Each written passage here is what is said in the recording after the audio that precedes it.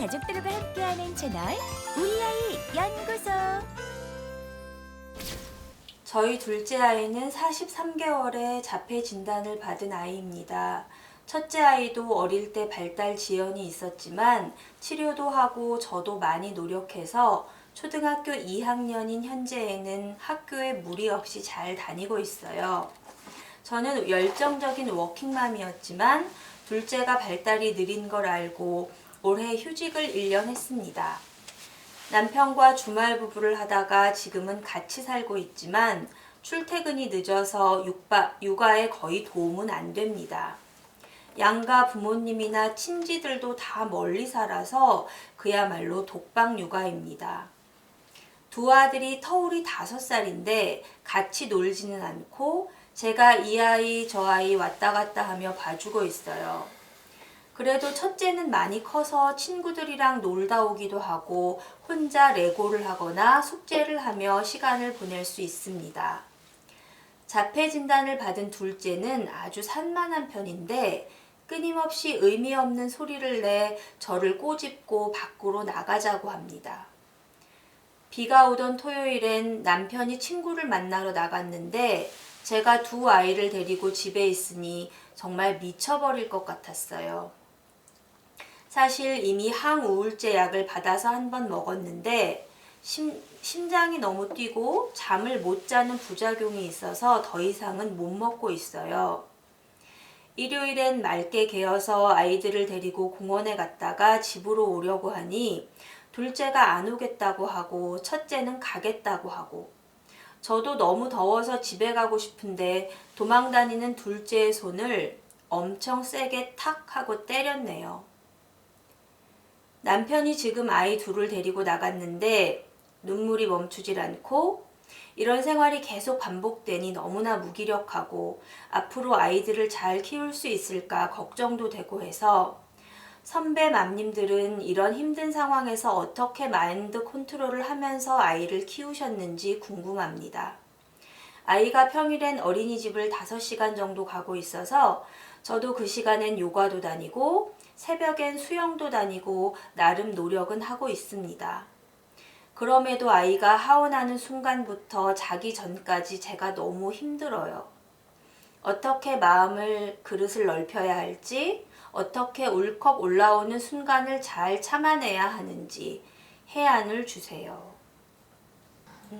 그리고 5살 터울이니까 요구들도 너무 조금 다를 수 있잖아요. 맞아요. 그러니까 그냥 5살 터울도 차이가 조금 있는데 둘째는 또 아무래도 발달이 좀 늦을 거 아니에요. 그럼 이제 그 차이가 커서 애들의 요구가 다른데 막 혼자서 이쪽 저쪽 맞추는 것도 너무 힘들 것 같고 그럼에도 불구하고 이제 막 요가도 다니시고 새벽도 수영도 다니시고 이러면서 또 노력하고 계시는 모습도 너무 좀 잘하고 그래도 그나마 너무 막 우울해만 계시진 않아가지고 좀 다행이긴 한데 너무 힘드시겠죠. 저도 저의 독방 육아 시절이 생각나는군요.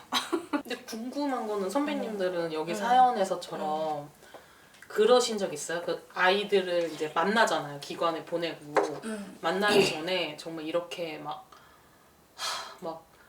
땅이 꺼질 것 같고 나의 그 우울 속에 이렇게 빠지고 이런 적이 있었어요? 왜냐면 선배님들 시절이 더 약간 뭐랄까 아빠들이 더 이렇게 적극적으로 육아를 돕는 그런 분위기는 사실 아니었잖아요.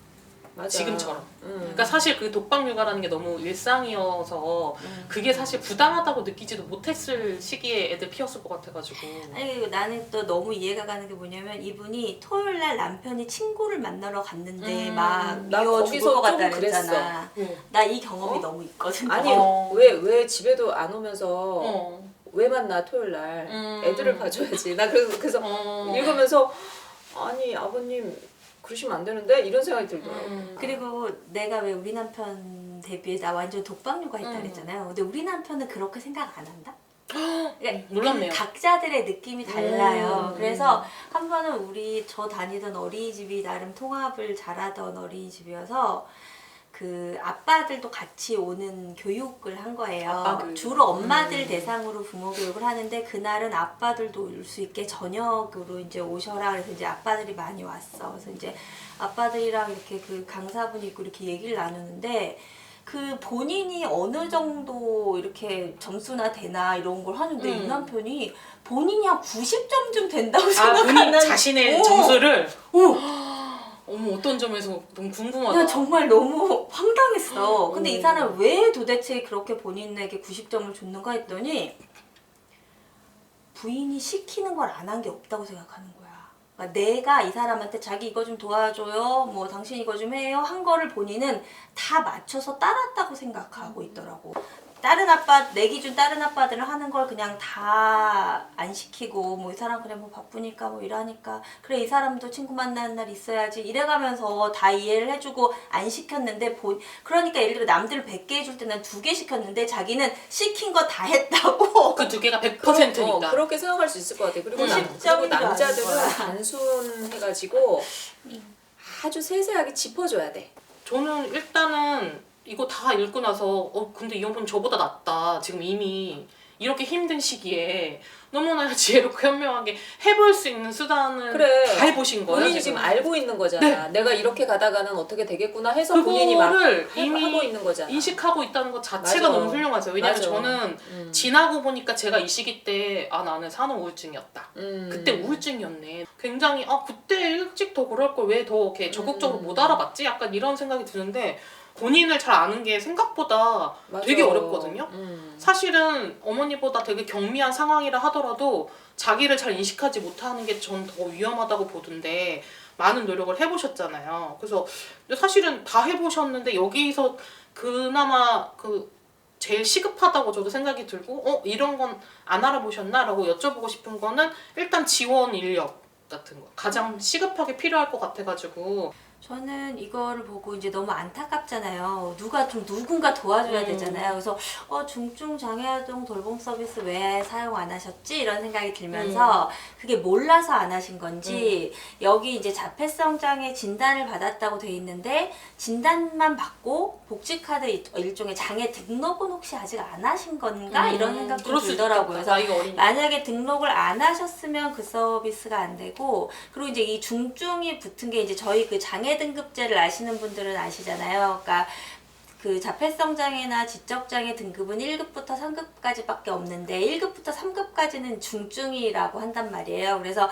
1급부터 3급까지 해당되는 아동에 대한 서비스이기 때문에 그리고 이제 만 6세가 넘으면 장애 활동 지원 서비스를 신청할 수 있잖아요. 이제 그거는 시간을 좀 더 많이 배정받으실 수 있는데 지금 제가 보니까 중증 장애 아동 돌봄 서비스가 예전에 뭐 700시간대다가 올해부터 840시간이 됐대요, 최대. 그래서 이게 뭐 기초소득 120% 이하면 자부담이 없는데 이제 그 이상이면은 본인 부담금이 그 소득 수준에 따라서 조금 있긴 해요. 이제 그래도 그게 70시간이면 만약에 한 하루에 3시간씩 주 5일을 맡길 수 있는 거예요. 그래도 60시간이거든요. 3시간 정도는 확보가 되는 거니까 아이가 어린이집에 가는 시간 말고 이제 그 정도 시간을 좀 확보해서 도움을 받아보시면 어떨까 하는 생각이 제일 들었고 만약에 그걸 바로 받을 수 없는 여건이야 라고 하면 정말 지금은 좀 위급 상황이기 때문에 정말 사비를 들여서라도 인력을 좀 구하시는 게 도움이 되지 않을까 하는 생각이 좀 들긴 하더라고요. 저도 남매긴 한데 3살 터울인데 요구가 되게 달라요. 성향도 되게 다르고 진짜 힘들거든요. 저 아직까지 겪고 있어요. 그래서 뭐 얘는 이런 걸 원하면 얘는 또 아니고 그래서 신랑이랑 어느 순간부터 주말에 이제 각계전투한다고 해가지고 서로 이렇게 따로따로 다닐 수밖에 없는 거예요. 서로의 니즈가 너무 다르고 똑같은 니즈로 갔는데 얘는 요만큼이 충족이 되는데 얘는 아직 아닌 거예요. 똑같이 공원 갔을 때도. 그래가지고 너무 힘들었는데 저는 이제 큰애가 장이었으니까 7살, 4살 같은 어린이집 보냈거든요. 그래야지 한 큐에 이렇게 오고 가고 할 수 있으니까. 근데 진짜 이런 표현에서 아이들한테는 되게 미안한데 그때 당시에도 내가 애들 하원시키러 데리러 가는 길에 내가 진짜 막 도살장 끌려가는 소 같은 기분이었거든요. 신데렐라처럼 나 너무 재밌게 놀다가 막 3시 막 2시 이렇게 가면 데리러 가야 돼. 나 너무 우울한 거예요. 왜냐면 얘네 꺼내고 나면 신랑이 오는 시간은 뻔하고 맨날 늦고 나 얘네 이 에너지틱한 애들을 어떻게 또 소진을 시키고 소진 안 시키고 또 집에 가잖아요. 그럼 또 이래요. 집에서 막 엄마 막 나가자고 막 쪼맨대잖아요. 또 잠을 안 자. 잠도 안 자고.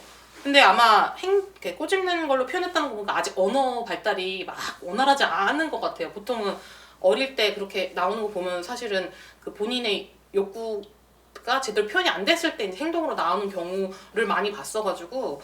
그런데 또 어머님이 큰애는 경험이 있다고 하지만 사실 비슷한 경험은 아닐 수도 있어요. 큰애는 지금 조금의 도움을 받고 잘 생활하는 거 보면 둘째, 그러니까 자폐를 이제 처음 두 번째지만 사실 발달장애 아이를 처음 키워보는 것과 같은 느낌일 것 같아서 저는 만약에 경제적으로 허락하신다면 저는 사비를 들여서라도 지원 인력을 구하셔라. 그리고 신랑분도 지금 언급이 없어서 와이프분의 상태를 어느 정도 파악하고 계신지 잘 모르겠어요. 사실 이럴 때는 그 배우자를 어떻게 생각하셔야 되냐면 정말 그 표현이 그래서 그렇지 그냥 환자라고 생각하고 본인이 케어해야 되는 대상으로 생각하셔야지 될 것 같아요. 제가 약물을 먹어본 적이 있는 경험자로서 일단 의사 선생님이 약을 처방해줬다는 건 굉장히 유의미하거든요. 그러니까 필요하시다는 거예요. 어느 정신과 의사가 이 정신과 약물 저희도 되게 조심스럽잖아요. 그냥 이 사람의 그냥 호소만으로 주지 않아요. 처방을 했다는 거는 유의미한 거예요. 약이 정말 필요하다는 거여서 주는 거기 때문에 특히 약물 처음 드시는 분들이 이런 부작용 염려해서 의사 선생님들이 특히나 시작할 때 소량을 주시고 그리고 약물 먹고 이상이 있을 때는 꼭 전화 달라고 해요. 제 경험상 그 약물에 대한 건요. 한 2주 정도는 그런 본인의 몸이 적응하는 시간이 분명히 있어요. 그래서 만약에 새로운 약을 예를 들면 먹었을 때 그것 때문에 정말 내가 일상생활이 안 돼서 더 막 스트레스를 받고 애한테 막 더 그런다라는 게 아니면은 주치 선생님이랑 꾸준하게 계속 소통하시면 돼요. 그러니까 그게 참 문제인 거, 그러니까 그게 되게 마음이 아파요. 어쨌거나 동굴의 시간을 거쳐야 되는 게 있잖아요. 누가 해줄 수가 없잖아. 누가 해줄 수가 없잖아. 그거를 맞아. 그러니까 나 아니면 누가 할 수가 없어 대신 아무리 그러니까 우리 내 남편이 아무리 나를 사랑한다 해도 그걸 해줄 수가 없잖아. 남편이 회사 그만두고 자기가 육아할 거 아니면 그럴 수가 없잖아. 그러니까 그때 그게 되게 힘들더라고요. 저도 나 아니면 할 사람이 없으니까. 맞아. 세상에 지연이 엄마가 나 하나밖에 없어가지고 그래서 그게 되게 외롭기도 하고 언제까지 내가 이 터널 안에 있어야 되나 아니면은 그럴 수도 있잖아요. 지금 내가 터널 안에 있는데 더 깊은 터널로 내가 가는 게 아닐까. 그래서 내 삶이 완전히 거기서 끝나버리지 않을까 막 이런 것 때문에. 근데 어쨌든 자기 자신을 잘 지키면서 버티는 게 중요해요. 이게 말이 쉽지 그렇게 쉽지는 않거든요. 근데 어쨌든 그냥 똑같진 않지만 비슷한 그 동굴의 시간을 거쳐온 사람의 입장에서는 그 시간이 있어야 된다니까. 그 힘든 시기를 어떻게 선배들은 지냈냐라고 좀 질문을 하셨는데 이제 저 같은 경우는 지금 생각해보면 다행히 친정이 그나마 가까이 있었던 것 같아요. 그리고 저는 형제들이 많아서 그냥 뭐 그들한테 매일 도움을 받은 건 아니지만 가끔은 그냥 친정에 가고 이제 이런 것들도 도움이 됐던 것 같아요. 그래서 어쨌든 지금 이제 뭐 부모님들이 가까이 안 계신다 그래서 저는 그래도 이제 뭔가를 좀 같이 나눌 사람들이 필요한데 저는 그렇게 이제 일종의 친정 언니들에 가고 뭐 이런 것도 좀 하나의 방법이었던 것 같고 그 어린이집 같이 보내는 그 통합 엄마들하고 그 막 자기 남편도 그래 우리 남편도 그래 자기 애들은 그런 일종의 사고를 쳤어 우리 애는 이랬잖아 막 이랬던 그런 그 동료들과의 얘기도 되게 많이 좀 해소가 되긴 했거든요. 그래서 근데 이제 그 해법들은 좀 다 다르니까 정말 본인이 좋아하는 취미의 시간 짧게라도 좀 갖는다거나 아니면 나는 어디다 이거를 조금 분출할 수 있나를 좀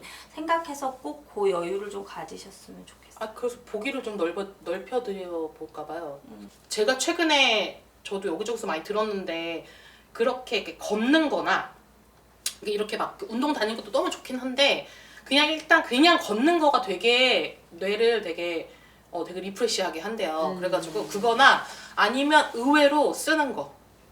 그냥 지금 내 감정에 대해서 지금 저희한테 지금 사연 꽤 길게 쓰셨거든요. 이렇게 A4 한 장 거의 가득한데 그냥 하루하루의 나의 힘듦을 거기다가 그렇게 기록해 보는 것도 되게 나름대로 해소된대요. 의외로 되게 쓰는 거가 안 그럴 것 같으면서도 되게 많이 본인의 우울한, 그러니까 감정적으로 되게 해소가 많이 된대요. 그래서 지금 그냥 돈 안 들이고 가장 할 수 있는, 그래서 당장 어떻게 내가 지원 인력을 구하는 것도 시간이 걸리고 뭐가 걸리고, 일단은 가장 돈 안 들고 빠르게 협의될 수 있는 배우자님과 지금보다는 더 어머니가 혼자 쉴 수 있는 시간을 일단 더 확보하시면서 지금 당장 할 수 있는 거 조금 걷거나 이렇게 쓰는 거 이렇게 하시면서 현실적인 거 좀 알아보고, 활동하다 보면 자기랑 성향에 맞는 부모를, 동료 부모를 만나잖아요.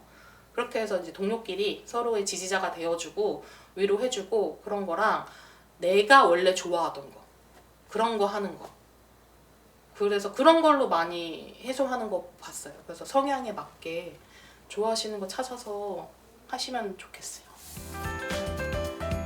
발달장애인 가족들과 함께하는 채널 우리 아이 연구소.